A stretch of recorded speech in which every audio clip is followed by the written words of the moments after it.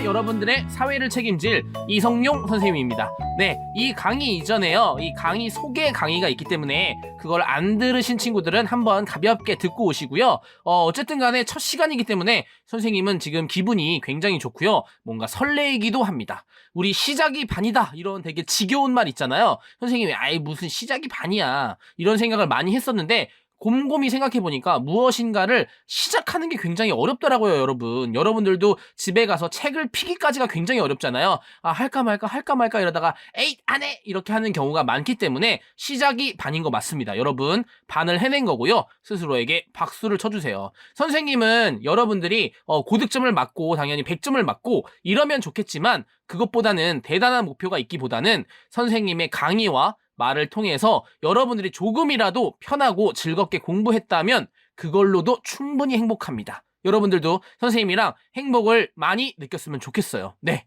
오늘 여기까지 할게요. 얘기는 더 많이 하고 싶은데 사실 오늘 배울 주제는요. 첫 번째 학습 주제 뭐냐? 지도의 종류와 읽기입니다. 지도는 무엇이고 지도의 종류는 어떤 것이 있는지, 그다음 지도는 어떻게 읽어야 되는지에 대해서 배울 거고요. 두 번째 학습 주제, 두 번째 학습 목표는 뭐냐면요. 공간 규모에 따라서 위치를 표현하는 방법이 달라요. 넓은 곳이냐, 좁은 곳이냐에 따라서 어떻게 표현할 것인가, 요거를 배울 겁니다. 그러면요, 선생님을 따라서 학습 목표 1로 갑니다. 네, 학습 목표 1, 지도의 종류와 읽기로 왔습니다. 먼저 우리가 가장 먼저 배워야 될 건요, 지도가 뭐냐 이건데요. 지도는 지표면의 다양한 지리적 현상을요, 일정한 비율로 줄여야 되겠죠. 원래 크기 때문에 일정한 비율로 줄여서요, 약속된 기호나 문자나 색으로 평면에 나타낸 것이나 평평한 면에다가 원래 울퉁불퉁하지만 평면에 나타낸 것입니다. 때문에 이 지도를 읽기 위해서는요, 기본적인 지식이 어느 정도는 있어야 돼요. 그냥 읽기는 조금 어렵습니다. 왜냐하면 약속된 기호나 문자, 색 같은 게 있기 때문에. 그래서 지도를 읽기 위해서 기본적인 지식 4가지 정도가 있는데요. 첫 번째는 방위이고요. 방위, 그 다음에 기호, 그 다음에 축척, 그 다음에 등고선, 이렇게 4가지가 대표적인데요. 선생님이나 학교에 따라서 조금 자세하게 배우거나 간략하게 배우거나 할 수 있습니다. 그러면 간단히 우선 봐보겠습니다. 네, 먼저 방위는요, 지도에서 방향을 나타내는 건데요. 보통 우리가 알고 있는 숫자 4의 모양이랑 비슷합니다. 그래서 위쪽은 북쪽이고요, 왼쪽은 서쪽이고요, 그 다음에 오른쪽은 동쪽, 그 다음에 아래쪽은 남쪽, 이렇게 되죠. 선생님, 방위 표시가 없으면요? 방위 표시가 없으면요, 지도의 위쪽이 보통 북쪽입니다. 시험에 자주 나오죠. 그 다음에 지표면에 여러 가지 현상을 우리가 직접 그릴 수는 없잖아요. 학교나 교회나 뭐 탄광이나 절이나 이런 것들을 직접 그릴 수 없기 때문에 간략하게 그림으로 표현한 것을 기호라고 하고요. 그 다음에 등고선이라는 게 있습니다. 등고선은 뭐냐면요, 높이가 같은 지점을 연결한 선인데요. 이 등고선을 통해서 또 지형을 알 수 있어요. 만약에 등고선의 간격이 좁으면 급경사고요, 넓으면 완경사고요, 산 정상 쪽으로 이렇게 향해 있다, 등고선이, 그러면 계곡이고요, 낮은 쪽으로 가 있으면 능선, 이런 정보를 알 수가 있습니다. 네, 마지막으로 축척에 대해서 알아볼 건데요. 실제 거리를 줄여서 지도에 나타낸 비율을 말합니다. 왜냐면 그대로 그릴 수는 없기 때문에 줄여서 지도에 그려야 될 거 아니에요. 때문에 우리가 지도의 아래쪽에 보면요, 이 축척이 나타나 있는데요. 1대 5만이다. 예를 들어 1대 5만이란 얘기는 그게 무슨 얘기냐면 지도에서의 1cm는 실제로 그 지역에 가봤을 때 5만 cm다 이 말입니다. 그럼 지도에서 2cm면요, 실제로 가봤을 때는 얼마라는 거예요? 그렇죠. 곱하기 2를 하면 10만 cm가 되는 거고요. 지도에서 3cm는 실제로 가면 15만 cm가 되는 거죠. 근데 우리가 키를 말할 때는 cm를 많이 쓰지만 실제로 거리를 말할 때는 잘 안 쓰잖아요. 야, 너네 집 얼만큼 걸리냐? 그러면 42만 cm야. 그러면 친구들이 쟤 이상해 막 이럴 거 아니에요. 때문에 우리가 미터나 킬로미터를 많이 쓰죠.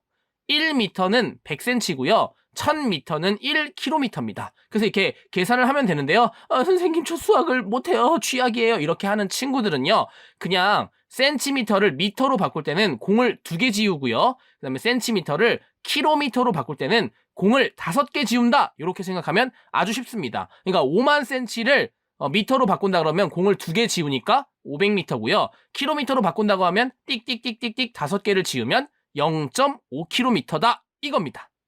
네, 이 지도는요, 축척에 따라 소축적 지도와 대축적 지도로 나뉘는데요. 소축적 지도 같은 경우에는요, 넓은 지역을 간략하게 나타낸 것입니다. 예를 들면 우리나라 지도나 세계 지도가 이에 해당하는데요. 넓은 지역을 표현한 대신에 세계 지도면 되게 크잖아요. 하지만 자세한 내용은 알 수가 없습니다. 대략적인 것만 알 수 있는 거죠. 이렇게 넓은 지역을 간략하게 나타낸 거, 이게 바로 소축적 지도고요. 대축적 지도는요, 좁은 지역인 대신에 자세하게 나타낸 겁니다. 대축적은 좁은 지역을 자세하게 나타낸 건데요. 예를 들면은 지하철역 주변의 안내도라던가 뭐 놀이동산의 안내도라던가 이렇게 좁은 지역을 자세하게 나타낸 게 대축척 지도입니다. 여러분, 우리 그 소를 우라고 하잖아요. 한우 할 때 우. 그러니까 소축적 우리나라 지도 이렇게 외우면 좀 외우기 쉬울 것 같아요. 네, 필요 없다고요? 죄송합니다.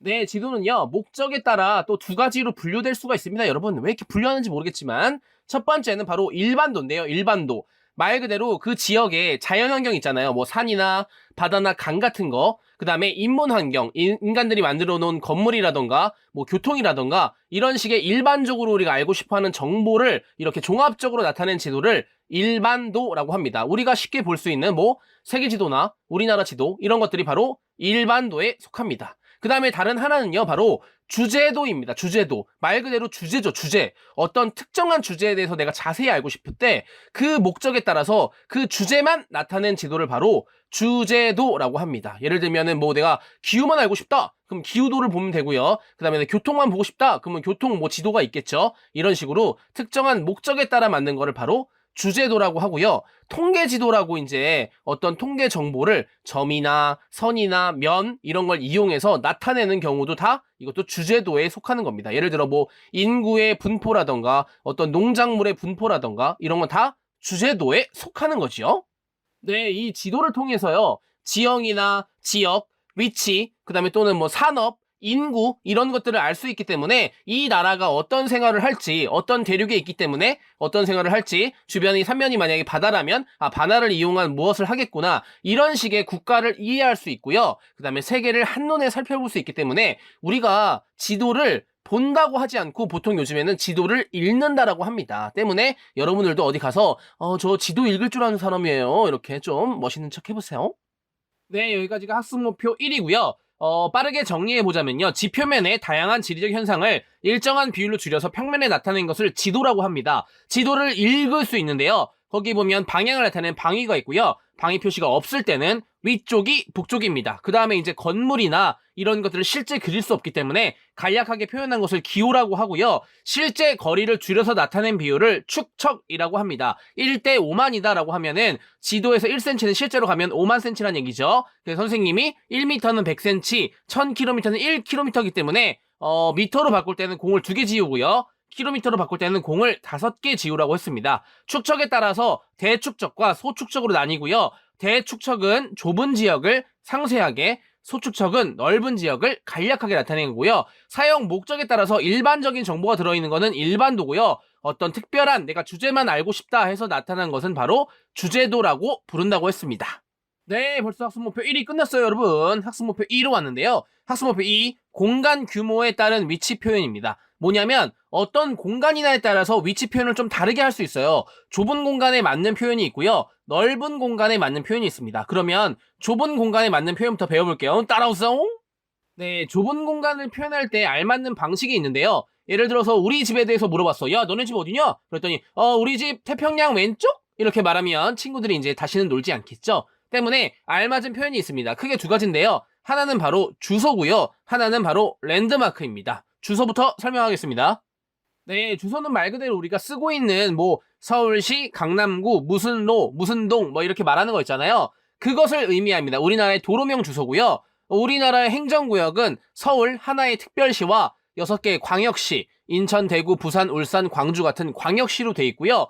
그다음 제주도, 특별자치도, 그다음에 경기도, 전라도, 강원도, 충청도 이런 것 같은 8도로 돼 있고요. 그다음에 한 개의 특별자치시, 세종특별자치시로 구성되어 있습니다. 네, 그 다음에 진짜 많이 나오는 랜드마크인데요. 시험에 진짜 많이 나옵니다. 이 랜드마크는 뭐냐면요, 어떤 한 지역을 대표하는 상징물이에요. 그래서 대략적인 위치를 표현할 때 그걸 말하면 사람들이 대부분 알게 되는 거죠. 선생님은 모르지만 여러분들이 살고 있는 지역에 유명한 건물이나 뭐 거리 이런 데가 있을 거예요. 그래서 친구들이 야, 그거 어디쯤에 있어? 그러면 거기 사거리 몰라? 이렇게 말하면 애들이 거기구나 이렇게 알잖아요. 그게 바로 랜드마크입니다. 대표적인 걸로 우리나라의 뭐 서울의 남산타워라던가 뭐 63빌딩, 그다음에 호주의 뭐 오페라 하우스, 뉴욕의 자유의 여신상, 그다음에 파리 하면 에펠탑 이런 게 떠오르죠. 이런 게 바로 랜드마크입니다. 여러분들도 랜드마크를 하나 만들어 보세요. 네, 이제 넓은 공간의 위치를 표현할 때에 대해서 배울 건데요. 보통 국가의 위치를 물어보는 걸로 많이 나옵니다. 어떤 전 세계 지도에서 국가의 위치를 물어볼 때 우리가 두 가지 방법으로 표현할 수가 있는데요. 하나는 대륙과 해양을 이용하는 거고요. 두 번째 방법은 위도와 경도라는 걸 이용하는 겁니다. 그러면 대륙과 해양부터 한번 봐볼게요. 네, 첫 번째 대륙과 해양인데요. 대륙과 해양을 말해주려면 내가 대륙과 해양을 알고 있어야 되잖아요. 때문에 우리가 대륙과 해양을 배워보겠습니다. 우선 우리나라와 중국, 일본, 인도 이런 나라들이 속해 있는 아시아 대륙이 있거든요. 지도에서 아시아 대륙을 찾은 다음에요. 아시아에서 왼쪽으로 가면 뭐 프랑스나 독일이나 영국, 이탈리아 이런 나라들이 있는 유럽 대륙이 있습니다. 그래서 유럽과 아시아를 합쳐서 유라시아 대륙이라고도 부르기도 하고요.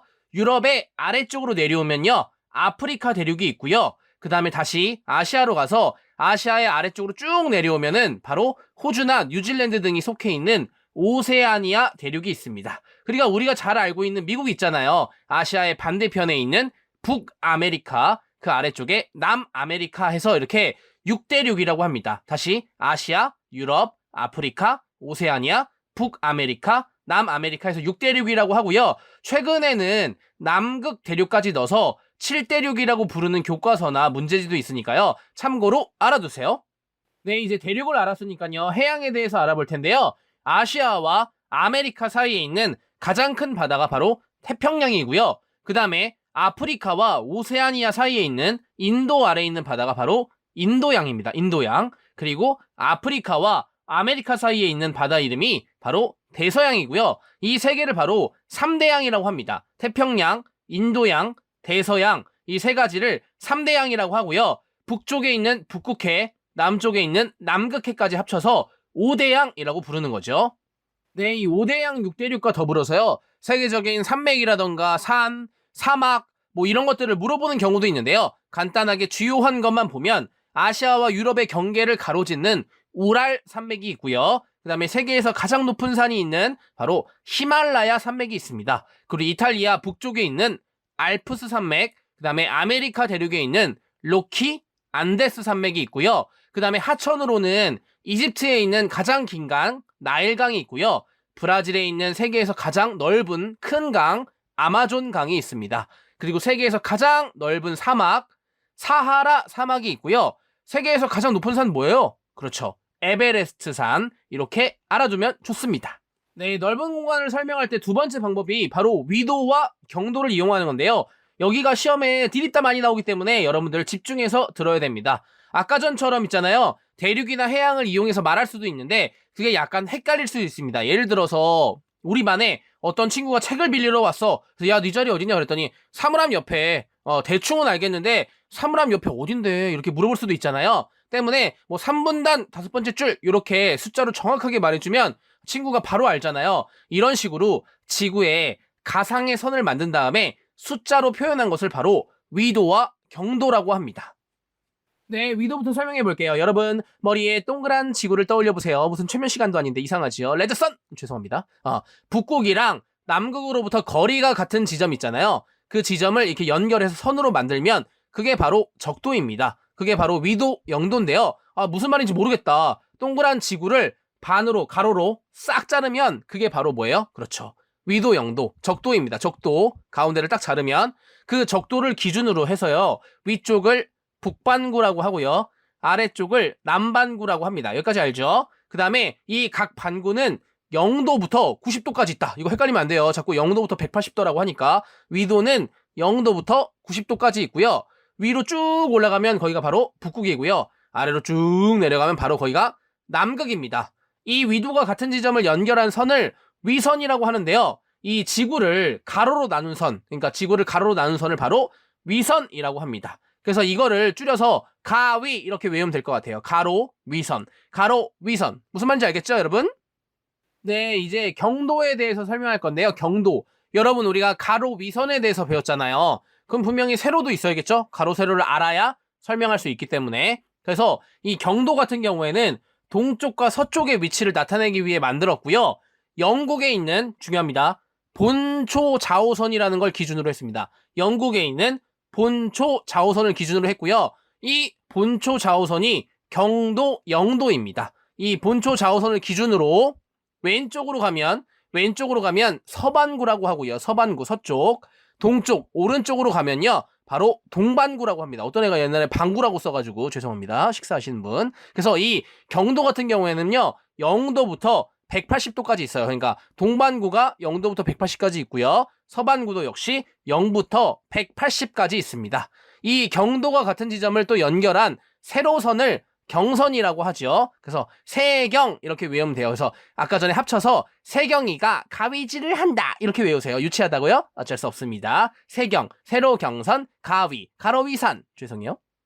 네, 비위상한다고 그만하라고. 예, 죄송합니다. 네, 어쨌든 간에 지금 우리가 학습 목표 이 공간 규모에 따른 위치 표현을 공부했는데요. 좁은 공간이냐, 넓은 공간이냐에 따라서 이걸 표현하는 방법이 다르다고 했습니다. 좁은 공간 같은 경우에는 크게 두 가지로 표현하는데요. 하나는 주소고요. 간단하죠. 그 다음에 하나는 바로 우리 지역을 대표하는 상징물 뭐였죠? 랜드마크입니다. 랜드마크. 뭐 남산타워나 63빌딩 같은 거. 그 다음에 넓은 공간을 설명할 때는 대륙과 해양을 알고 있어야 됐죠. 그래서 우리가 5대양, 6대륙에 대해서 배웠고요.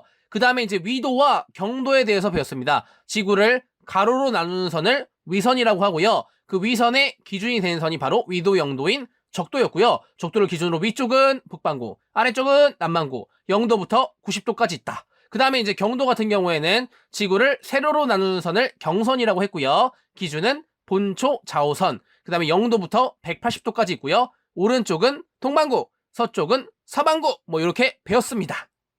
네, 선생님이 까먹은 게 있는데요. 우리가 대륙과 해양, 위도와 경도를 배웠잖아요. 그러면 우리나라의 위치를 대륙, 해양, 위도와 경도를 이용해서 표현할 줄 알아야 됩니다. 그리고 실제로 이게 시험에도 잘 나오기도 합니다. 우리나라는요, 아시아 대륙의 동쪽에 위치했고요. 아시아 대륙의 동쪽이요. 그 다음에 태평양, 가장 큰 바다인 태평양에 접한다 이렇게 말하면 되고요. 대륙과 해양을 이용해서는요. 그 다음에 위도와 경도를 이용해서는요. 우리나라는 북위, 그러니까 북반구죠. 북위 33에서 43도, 그 다음에 동경, 동반구를 말하는 거죠. 동반구 발음이 안 되네요. 동반구, 동경 124에서 132도에 있다 이렇게 말하면 사람들이 깜짝 놀랍니다. 여러분, 동경 124에서 132도에 우리나라가 위치해 있습니다. 그럼 사람들이 야, 쟤 천재인가 봐 이렇게 되는 거지요. 네, 여러분, 오늘 선생님이랑 공부하느라 너무너무 수고했습니다. 오늘 첫 시간이라 선생님이 좀 엄근진 모드로 했습니다. 좀 원래 까부는 성격인데 첫 시간이다 보니까 뭔가 멋있게 보이려고 좀 진지하게 했는데요. 다음 시간부터는 여러분들을 웃기기 위한 노력을 많이 할 거고요. 오늘도 공부하느라 너무너무 잘했습니다. 사실 사회는 의지만 있으면 누구나 할 수 있는 과목이거든요. 때문에 너무 어렵다고 생각하지 말고요. 계속 꾸준히 하다 보면 선생님이랑 호하호 이렇게 웃다 보면 어느 순간 잘하는 우리 학생들이 될 것 같아요. 여러분 잘할 수 있죠? 다음 시간에 또 만나요. 안녕!